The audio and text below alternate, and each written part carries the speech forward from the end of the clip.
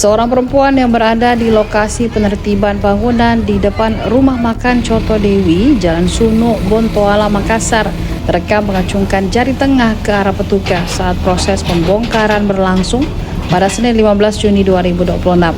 Aksi tersebut terjadi di tengah penertiban bangunan yang berdiri di atas saluran drainase oleh pemerintah Kota Makassar.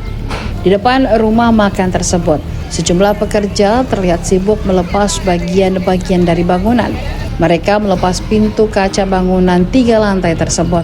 Pembongkaran dilakukan secara mandiri oleh pemilik usaha saat penertiban yang dilakukan pemerintah Kota Makassar. Part 2. Iya. Part 2 karena minggu kemarin hari Rabu, soalnya kita sudah lakukan penertiban dan kita anggap sudah clear karena yang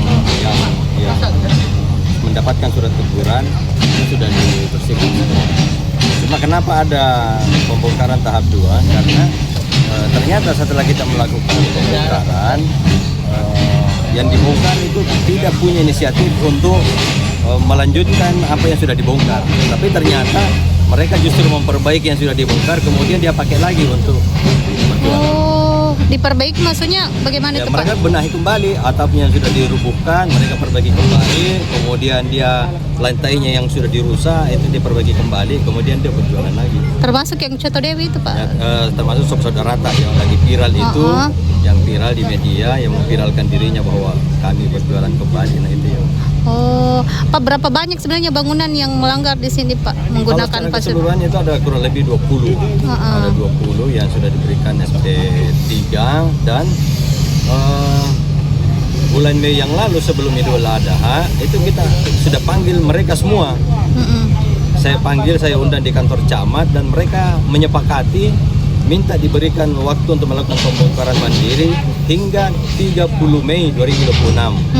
Namun kenyataannya dari tanggal 1 Juni itu mereka belum melakukan pembongkaran mandiri, padahal mereka sudah sepakati. Jadi mereka mengingkari apa yang telah mereka sepakati sehingga ya, akhirnya penertiban turun untuk melakukan pembongkaran.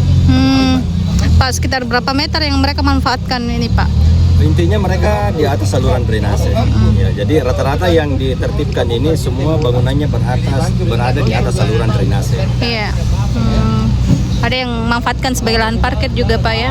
Lahan parkir tidak, rata-rata mereka memanfaatkan sebagai bagian dari bangunannya.